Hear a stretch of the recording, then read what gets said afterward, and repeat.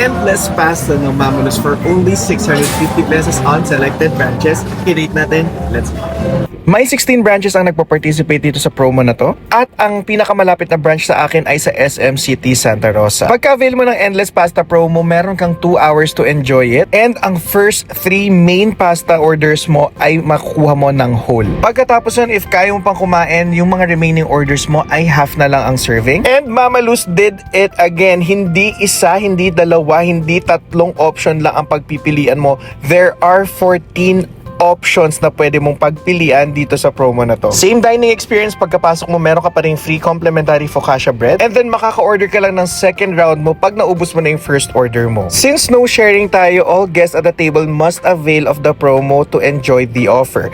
And then yung promotion na to cannot be combined with other discounts, offers, and promos, and piniprevent natin ng food wastage, kaya baka magkaroon ng charges pag hindi mo naubos. Kaya make sure no leftovers, and bawal din po itong i-take out. And what I like about this promo is kung ano yung mga pasta and options na available sa a la carte, yun yung mga available din dito sa particular promo with the same quality, same quantity, and ikaw na lang ang susuko. So I just hope ma-extend pa ito dahil marami pa akong hindi natikman. Dito nakatatlong full lang ang natikman ko. And I'm sure, since umorder pa ako ng pizza and Mama T's, sobrang nag-enjoy ako. So punta na kayo sa nearest Mama Luz branch nyo sa inyo. Bye!